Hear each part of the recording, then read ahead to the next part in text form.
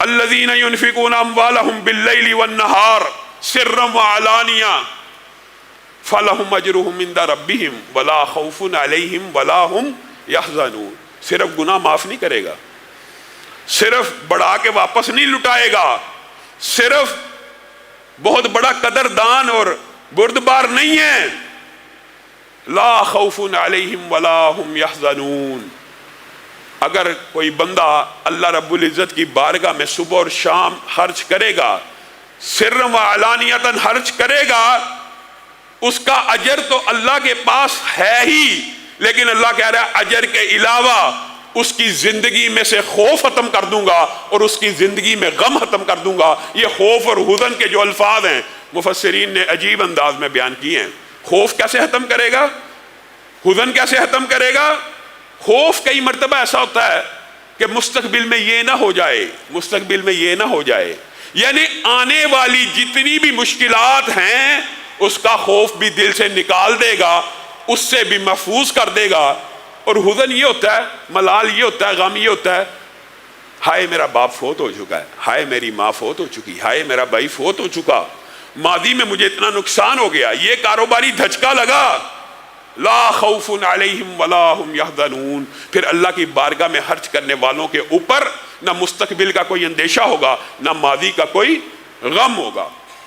کل امرئ، ہر بندہ، فی ظل صدقتہ، اپنے صدقے کے سائے میں ہوگا، حتی یقضی بین الناس، یہاں تک کہ انسانوں کے مابین تمام کے تمام فیصلے کر نہیں دیے جاتے. اور اگر آپ صرف اس ایک حدیث کے اوپر غور کریں تو اس کے دباچے میں محدثین کیسی کیسی باتیں لے کے آئے ہیں کہ یہ وہ دن ہے کہ جس میں ہر بندہ اپنے ہی پسینے میں غرق، دوسرے کی بات نہیں ہو رہی، یعنی پسینے کی کوانٹٹی اس قدر ایک بندے کی ہوگی کہ وہ اپنے ہی پسینے میں غوطے کھا رہا ہے، اتنی کوانٹٹی ایک بندے کے پسینے کی ہے. اس شدت کی گرمی کے دن، جس دن اللہ کے سائے، عرش عظیم کے سائے کے علاوہ کوئی سایہ نہیں ہوگا، اس شدت اور گرمی کے دن چند خوش نصیب ایسے ہوں گے. کل امرئ، ہر بندہ فی ظل صدقتہ، اپنے صدقے کے سائے میں ہوگا. اس دن بھی یہاں تک کہ لوگوں کے مابین فیصلے نہیں کر دیے جاتے. سبعۃ یظلھم اللہ فی ظلہ یوم لا ظل الا ظلہ کی جو حدیث ہے اس کے اندر جو 7 بندوں کا ذکر ہے کہ یہ 7 بندے کل قیامت کی سختی، شدت، گرمی، حدت کے دن میں اللہ کے عرش کے سائے میں ہوں گے. ان میں سے ایک کون ہے؟ جس نے اللہ کے راستے میں خرچ کیا. کس طرح؟ یہ بات بھی سمجھ لیجئے، نیکیوں کے اعمال ہیں بہت سے، نیکیوں کے اعمال میں اپنے مطالعے کے مطابق 2 نیکیاں ایسی جانتا ہوں جن کو علانیہ کرنے کا اللہ رب العزت کی طرف سے اجازت ہے. باقی نیکیاں اعلانیہ کرنا پسندیدہ اور محبوب اس لیے نہیں ہے کہ اس میں ریاکاری شامل ہو جاتی ہے، لیکن ان 2 نیکیوں کو اللہ تعالیٰ نے اعلانیہ کے ساتھ کرنے کا بھی حکم دیا. اس کی کیا گرد و غایت ہے؟ اس کی کیا گرد و غایت ہے؟ اعلانیہ کرو، ہاں، تاکہ جب آپ انفاق فی سبیل اللہ کر رہے ہیں تو کوئی اور دیکھ رہا ہے، اس کے دل میں بھی خیال پیدا ہو. اور دوسری نیکی ذکر الہی ہے. اسی لیے رسول اللہ صلی اللہ علیہ وسلم نے فرما دیا لا حسد، نہیں حسد کرنا مگر 2 کے. 2 سے حسد کیا جا سکتا ہے کہ وہ جس کو اللہ نے مال دیا اور صبح شام اللہ کے مال میں سے خرچ کر رہا ہے، ایک وہ جس کو قرآن دیا صبح شام تلاوت کر رہا ہے. گویا ذکر اللہ اور انفاق فی سبیل اللہ 2 ایسی نیکیاں ہیں کہ جن کو علانیہ کرنے کا بھی حکم موجود ہے. لیکن وہ 7 سائے والی حدیث میں الفاظ جو ہیں وہاں پہ ایک چیز اور ہے، ہاں اعلانیہ کرتے ہو تو کبھی کبھی خفیہ بھی کیا کرو. اس کو بھی عرش عظیم کا سایہ ملے گا، چاہے جس نے 1 روپیہ دائیں ہاتھ سے خرچ کیا ہو، لیکن اس عمدگی کے ساتھ، اس اخلاص نیت کے ساتھ، اس خواہش اور امید کے ساتھ کہ اللہ تعالیٰ بدلہ اور اجر دے گا. اور عمدگی اتنی ہے کہ خرچ ایسے کر رہا ہے کہ دائیں ہاتھ نے جو خرچ کیا بائیں ہاتھ کو معلوم نہیں ہوا کہ اس ہاتھ میں کتنے روپے تھے اور کیسے خرچ ہو گئے ہیں اور کس کو چلے گئے ہیں. اعلانیہ کا بھی حکم موجود ہے لیکن خفیہ کا بھی حکم موجود ہے.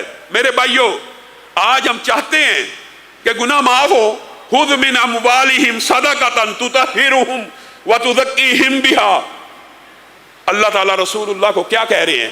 ان سے صدقہ لو، ان سے مال لو. خذ من اموالہم صدقۃ تطہرہم، تاکہ یہ گناہوں سے پاک ہو جائے. آپ نے یہی سمجھا کہ صرف استغفر اللہ پڑھنے سے بندہ گناہوں سے پاک ہوتا ہے. نہیں، نفس کے اوپر صدقہ جتنا بھاری ہے آپ سوچ نہیں سکتے. نفس کو کچلنے کے لیے جہاں تہجد کی نماز ہے، نفس کو کچلنے کے لیے جہاں روزہ ہے، نفس کو کچلنے کے لیے تیسرے نمبر پہ، اور ان کی ترتیب مختلف ہے. تین جو محدثین بیان کرتے ہیں نا نفس کو کچلنے کی، ایک نیند کم ہو اور رات کو بندہ اٹھے تہجد کے لیے، یہ نفس کو کچلتا ہے. ایک بندہ گرمی کی شدت و حدت میں روزہ رکھتا رہے نفس کنٹرول میں آ جاتا ہے. تیسری بات جو نفس کو کنٹرول کرتی ہے وہ اللہ رب العزت کی بارگاہ میں صدقہ کرنا ہے. کیوں؟ الشیطان یعدکم الفقر ویأمرکم بالفحشاء. جب آپ 1 روپیہ خرچ کرنے لگتے ہیں، 1 روپیہ، صرف 1 روپیہ، تو شیطان آپ سے وعدے کرنے لگتا ہے، آپ کو آ کے کہنے لگتا ہے او بچوں کی فیس، وہ بجلی کا بل، وہ سوئی گیس کی کا بل، وہ راشن والوں کے پیسے، وہ جنرل سٹور والوں کے پیسے، وہ سبزی والوں کے پیسے، وہ دودھ والوں کے پیسے. الشیطان یعدکم الفقر ویأمرکم بالفحشاء. حتیٰ کہ اللہ تعالیٰ نے یہ بھی کہہ دیا جو انفاق فی سبیل اللہ نہیں کرتا، شیطان کے اس وسوسے میں آتا ہے، گویا وہ منکر کے راستے پہ چل پڑتا ہے. یعنی شیطان تم سے فقر و فاقے کا وعدہ کرتا ہے اور تمہیں برائی کا حکم دیتا ہے. گویا انفاق فی سبیل اللہ نہ کرنا برا رستہ ہے، تمہیں برائی کا حکم دیتا ہے. واللہ یعدکم مغفرۃ منہ. اور اللہ تم سے کس چیز کا وعدہ کرتا ہے؟ الشیطان یعدکم الفقر. شیطان تم سے فقر و فاقے کا وعدہ کر رہا ہے، اور اللہ کہہ رہا ہے کہ میں تم سے وعدہ کرتا ہوں مغفرت کا اور فضل کا. اب بتاؤ کس کا وعدہ سچا ہے اور کس کا وعدہ جھوٹا ہے؟ اللہ کے اوپر اعتماد اور یقین نہیں ہے، ایک کو 700 کر کے لٹائے گا. ایسی تجارت جس میں کوئی خسارہ نہیں ہوگا، ایسا عمل جس کا بدلہ صرف مغفرت ہی مغفرت ہوگی. اور آپ کو شیطان نے جو فقر و فاقہ کا دھوکہ دے دیا، اللہ کی قسم، رسول اللہ قسم نہ بھی کھائیں، اللہ قسم نہ بھی کھائے، ان دو ہستیوں کی بات سے زیادہ سچی بات کسی کی نہیں ہو سکتی. ومن اصدق من اللہ قیلا. اللہ سے زیادہ سچی بات بھی کسی کی ہو سکتی ہے؟ کیا رسول اللہ صلی اللہ علیہ وسلم سے زیادہ پکی بات بھی کسی کی ہو سکتی ہے؟ اللہ مغفرت کا وعدہ کر رہا ہے. اللہ کہہ رہا ہے مال دو، پاک کر دوں گا. اللہ کہہ رہا ہے مال دو، گناہوں کو ختم کر دوں گا. وجہ کیا ہے؟ شیطان کے وسوسے ہیں. شیطان انسان کو عجیب و غریب طریقے سے اس نیکی سے روکتا ہے. وجہ کیا ہے؟ آپ صرف اس حدیث کے اوپر غور کریں. نماز کے اندر ایک شیطان مختص ہے جو انسان کو وسوسے ڈالتا ہے. مختلف برائیوں کے لیے مختلف شیاطین مختص ہیں. لیکن صدقہ اتنی بڑی نیکی ہے، اتنی بڑی نیکی ہے، اتنی بڑی نیکی ہے کہ صرف بندہ مومن جب جیب سے 1 روپیہ، 10 روپے کی بات نہیں، 100 روپے کی، 1000 لاکھ نہیں، 1 روپیہ بھی نکالتا ہے، یعنی کم تر چیز کا بھی صدقہ کرنے کے لیے جیب میں ہاتھ ڈالتا ہے، تو اس کے مقابلے میں ایک شیطان نہیں آتا. اس کو گمراہ کرنے کے لیے 2 نہیں آتے، 10 نہیں آتے، 20 نہیں آتے. حدیث کے الفاظ ہیں کہ 70 شیاطین بیک وقت اس کے اوپر حملہ آور ہو جاتے ہیں. اور 70 شیاطین جب حملہ آور ہو تو 70 سوچے تو پیدا ہوں گی نا. میں نے فلاں پلاٹ لیا ہوا ہے، میں نے فلاں کی پیمنٹ کرنی ہے، میں نے فلاں بل دینا ہے. 70 شیاطین بیک وقت حملہ کرتے ہیں اور اس کو روکتے ہیں. وجہ کیا ہے؟ کیونکہ ان کو پتہ ہے یہ 1 روپیہ اجر و ثواب میں اتنا بھاری ہے کہ ہو سکتا ہے کل قیامت کے دن یہی 1 روپیہ جنت میں داخلے کا سبب بن جائے. 70 شیاطین حملہ کر رہے ہیں. اور حدیث کے جو اگلے الفاظ ہیں وہ بھی عجیب ہیں.